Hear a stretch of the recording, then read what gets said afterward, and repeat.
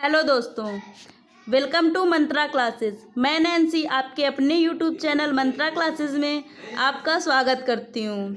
आज हम आपके लिए लेकर आए हैं साइंस के एक्सेप्टेड क्वेश्चंस जो ग्रुप डी रेलवे व एनटीपीसी में पूछे गए हैं और एयरफोर्स वाई ग्रुप नेवी व एनडीए में भी पूछे जाने की संभावना है। तो चलिए क्लास स्टार्ट करते हैं। हमारा फर्स्ट क्वेश्चन है, विद्युत धारा का ऊष्मीय प्रभाव शक्ति से प्रयोग होता है। विद्युत धारा का ऊष्मीय प्रभाव शक्ति से किसमें प्रयोग होगा? विद्युत हीटर, विद्युत प्रेस, विद्युत बल्ब या सभी। तो इसका राइट ऑप्शन आ जाएगा सभी में। विद्युत धारा का ऊष्मीय प्रभाव शक्ति से विद्युत हीटर, विद्युत प्रेस व विद्युत बल्ब सभी में प्रयोग होगा। देखते हैं नेक्स्ट क्वेश्चन। क्वेश्चन नंबर 2, इसमें दिया है C2H5OH का आणविक द्रव्यमान क्या है। तो सबसे पहले देखते हैं C2H5OH क्या है। इसी को हम एथेनॉल बोलते हैं। क्या बोलते हैं? एथेनॉल। या इसी को हम एल्कोहल भी बोलते हैं। एल्कोहल मतलब शराब। जो C2H5OH है इसी को हम शराब भी कहते हैं। तो चलिए इसका हम आणविक द्रव्यमान निकाल लेते हैं। आणविक द्रव्यमान निकालने के लिए क्या करेंगे? सबसे पहले देखेंगे कि इसमें कार्बन के कितने एटम हैं। तो कार्बन के 2 एटम, तो 2 कार्बन प्लस हाइड्रोजन के कितने एटम हैं? 6 हाइड्रोजन प्लस 1 ऑक्सीजन।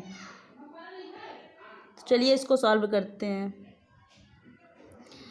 कार्बन का जो आणविक द्रव्यमान होता है वो होता है 12U प्लस हाइड्रोजन का आणविक द्रव्यमान होता है 1, तो 6 × 1U प्लस ऑक्सीजन का आणविक द्रव्यमान होता है 16U। तो इसको सॉल्व कर लेते हैं। तो यहाँ आ जाएगा 24U plus 6U plus 16U। जब हम इनको ऐड करेंगे तो हमारा आ जाएगा 46U। तो इसका जो राइट ऑप्शन होगा वो होगा बी। इसका राइट आंसर आ जाएगा। चलिए अब नेक्स्ट क्वेश्चन। इसमें दिया है जिप्सम का रासायनिक सूत्र क्या होता है। जो जिप्सम होता है, जिप्सम का रासायनिक सूत्र क्या होता है? तो जिप्सम का रासायनिक सूत्र होता है CaSO4 × 2H2O और इसी को हम कैल्शियम सल्फेट डाइहाइड्रेट भी कहते हैं। जिप्सम का यूज किस में होता है? कभी कभी पूछ लेता है कि जिप्सम का यूज किस में करते हैं। तो जिप्सम का यूज जो घरों वगैरह में सीमेंट बनाई जाती है, घरों वगैरह में जो सीमेंट लगती है उसी में हम जिप्सम का यूज़ करते हैं। जिप्सम का यूज़ हम सीमेंट बनाने में करते हैं। चलिए अब देखते हैं नेक्स्ट क्वेश्चंस। क्वेश्चन नंबर 4,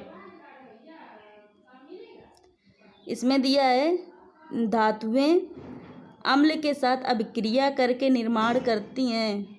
जो धातु होती हैं, धातु की जब अभिक्रिया हम अम्ल के साथ कराते हैं तो वह किसका निर्माण करती हैं? तो यहाँ आ जाएगा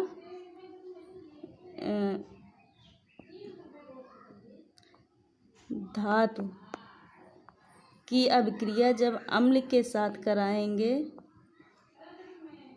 तो लवण तैयार होगा प्लस हाइड्रोजन। तो इसका जो राइट ऑप्शन होगा वो आ जाएगा ए। लवण को हम साल्ट्स बोलते हैं, साल्ट H2। इसका एक एग्जाम्पल हम देख लेते हैं। जैसे धातु हमने कोई ले ली Mg हमारी धातु है, मैग्नीशियम। प्लस अम्ल ले लेते हैं HCl हाइड्रोक्लोरिक कि जब हम अभिक्रिया कराते हैं तो MgCl2 प्लस हाइड्रोजन गैस बनती है। तो इसलिए हम कहेंगे कि जब हम धातु की अम्ल से अभिक्रिया कराएंगे तो लवण और हाइड्रोजन प्राप्त होगा। चलिए नेक्स्ट क्वेश्चन देखते हैं। ये क्वेश्चन नंबर 5।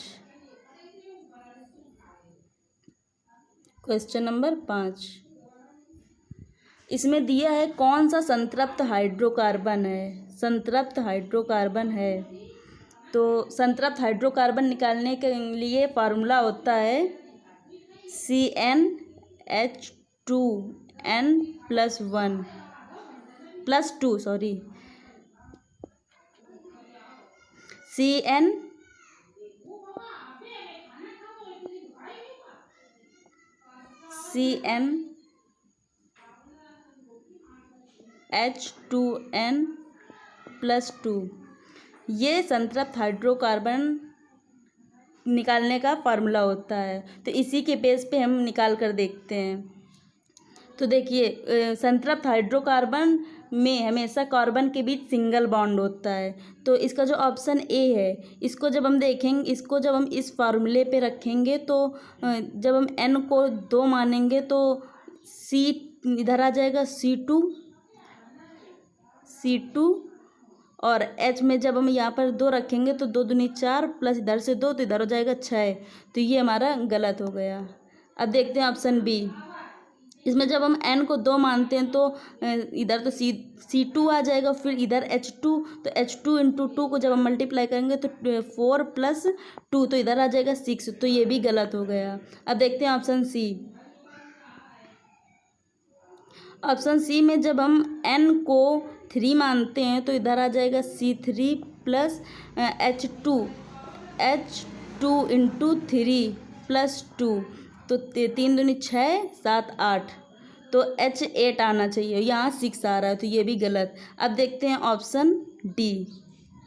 तो इसमें दिया है C4H10 तो जब हम n को 4 लेते हैं तो आ जाएगा C4H2 इंटू 4 + 2 तो 4 दूनी 8 और 2 10 तो ये डी हमारा राइट ऑप्शन हो जाएगा। जो डी है राइट ऑप्शन आ जाएगा। चलिए देखते हैं हम नेक्स्ट क्वेश्चन। क्वेश्चन नंबर 6 इसमें दिया है साइक्रोमीटर का उपयोग मापने के लिए किया जाता है। जो साइक्रोमीटर होता है उसका उपयोग हम क्या मापने के लिए करते हैं। तो इसका जो राइट आंसर आएगा वो आ जाएगा आर्द्रता। साइक्रोमीटर का यूज़ हम आर्द्रता मापने के लिए करते हैं। अब देखते हैं नेक्स्ट क्वेश्चन। क्वेश्चन नंबर 7 दबाव को के रूप में परिभाषित किया जाता है। जो दबाव होता है उसको किसके रूप में हम परिभाषित करते हैं। तो इसका जो दाब का फार्मूला होता है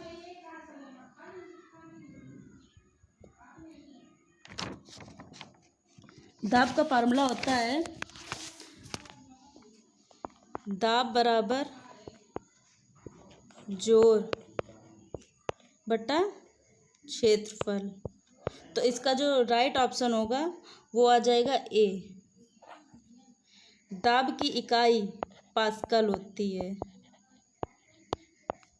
और जोर क्या होता है तो वो बता देते हैं आपको। जोर जैसे ये हमारी कोई दीवार है, ये कोई दीवार है, इस पे जब हम फोर्स लगाते हैं, इस पे जब फोर्स लगाएंगे तो वो हम 90 डिग्री पर लगाएंगे। तो यही इसी को हम जोर कहते हैं। जो 90 डिग्री पर लगाया जाए इसी को जोर कहते हैं। चलिए अब देखते हैं नेक्स्ट क्वेश्चन।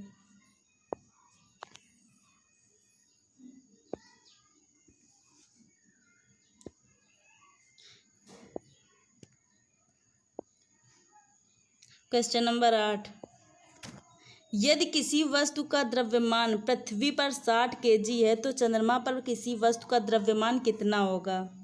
तो मान लेते हैं पृथ्वी पर कोई वस्तु 60 kg की है, मतलब किसी वस्तु का जो द्रव्यमान है वो 60 kg है, और चंद्रमा पर उसी वस्तु का द्रव्यमान कितना होगा।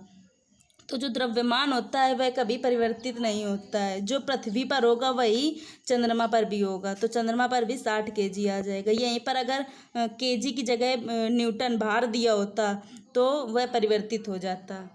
अब देखते हैं next question. Question number 10, radium की खोज किसने की थी। रेडियम की खोज मैडम क्यूरी व पियरे क्यूरी दोनों ने मिलकर की थी। तो इसका जो राइट ऑप्शन होगा वो हो जाएगा ए व बी दोनों। रेडियम को Ra से लिखते हैं और इसका परमाणु क्रमांक 88 होता है।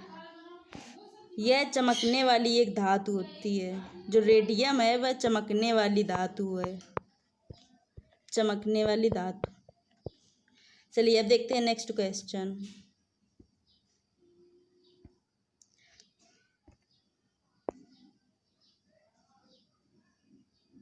क्वेश्चन नंबर 11, सेकेंड मतलब दूसरे समूह के तत्वों को कहा जाता है। जो दूसरे समूह के तत्व होते हैं उनको क्या कहा जाता है, तो उन्हें कहा जाता है क्षारीय मृदा धातुएं, या इन्हीं को हम एस ब्लॉक के एलिमेंट भी कहते हैं। जो सेकेंड समूह के तत्व होते हैं इन्हीं को हम एस ब्लॉक के एलिमेंट भी कहते हैं। अब आते हैं नेक्स्ट क्वेश्चन में। क्वेश्चन नंबर 12, इसमें दिया हुआ है कि खोज बाद में हुई थी और इसे एका सिलिकॉन से बदल दिया गया। तो किसकी खोज बाद में हुई थी जिसे एका सिलिकॉन के रूप में बदल दिया गया। तो इसमें इसका जो राइट ऑप्शन है वो हो जाएगा जर्मेनियम। जर्मेनियम की खोज बाद में हुई थी और जर्मेनियम को ही एका सिलिकॉन में परिवर्तित कर दिया गया था। और जो जर्मेनियम है इसको हम Ge से प्रदर्शित करते हैं और इसका जो परमाणु क्रमांक होता है वो 32 होता है। यह एक उपधातु होती है। जर्मेनियम एक उपधातु होती है। अब देखते हैं next question. Question number 13, sulphuric अम्ल के साथ मिश्रित होने वाली लिटमस विलियन रंग कैसा बनेगा। जब हम अम्ल के साथ जो होता है तो अम्ल नीले लिटमस पत्र को लाल कर देता है। जो अम्ल होता है नीले लिटमस पत्र को लाल कर देता है। तो इसका जो राइट ऑप्शन होगा वो हो जाएगा लाल, क्योंकि अम्ल जो होता है नीले लिटमस पत्र को लाल कर देता है और क्षारक लाल लिटमस को नीला कर देता है। तो इसका option C is right answer. देखते हैं next question. Question number 14, ethanoic अम्ल का सामान्य नाम होता है। जो एथेनोइक अम्ल होता है इसका जो सामान्य नाम होता है एसिटिक एसिड। इसको एथेनोइक अम्ल को हम एसिटिक एसिड भी कहते हैं। और इसका जो रासायनिक सूत्र है वह CH3COOH होता है, acetic acid. Next question. Question number 15, अस्थिबंधन और टेंडन निम्नलिखित का बना होता है। जो अस्थिबंधन होता है तो उसमें अस्थिबंधन में क्या होता है कि जो हड्डी होती हैं हड्डियों को हड्डियों से जोड़ता है, हड्डियों को हड्डियों से जोड़ता है। और जो टेंडन होता है वह मांसपेशियों को हड्डी से जोड़ता है, मांसपेशी को हड्डी से जोड़ता है। तो इसलिए हम इसको कह सकते हैं कि ये संयोजी ऊतक है। कैसा ऊतक है? संयोजी। तो इसका जो राइट ऑप्शन हो जाएगा वो आ जाएगा डी। अस्थिबंधन व टेंडन संयोजी ऊतक होते हैं। Question next, last question number 15, एक मानव शरीर में अनैच्छिक मांसपेशियां कहाँ होती हैं। जो मानव का शरीर होता है उसमें जो अनैच्छिक मांसपेशियां होती हैं मतलब जिनमें हमारा नियंत्रण ना हो, तो वह कहाँ पर होती हैं। ये ऑप्शन ए लिम्ब में, दिमाग में, दिल में या जुबान में। तो लिम्ब को हाथ पैर बोलते हैं। तो हाथ पैर में हमारा नियंत्रण होता है, मतलब किस तरह से हाथ पैर का यूज़ करना है, कहाँ चलाना है, तो इसमें मतलब हमारा नियंत्रण होता है। तो ये नैच्छिक क्रिया है। दिमाग में हम मतलब सोच सकते हैं, हमें दिमाग में क्या चल रहा है, क्या सोचना है, क्या नहीं सोचना, तो उसका भी नियंत्रण हमारे अंदर होता है, तो वो भी नैच्छिक क्रिया है। जुबान को कब चलाना है, कैसे चलाना है, किस तरह से यूज करना है, उसमें भी हमारा नियंत्रण होता है, तो वो भी नैच्छिक क्रिया हो गई। ऑप्शन सी, दिल धड़कता है, उसमें मतलब उसमें हमारा कोई नियंत्रण नहीं होता, तो इसका जो राइट आंसर होगा वो आ जाएगा दिल में।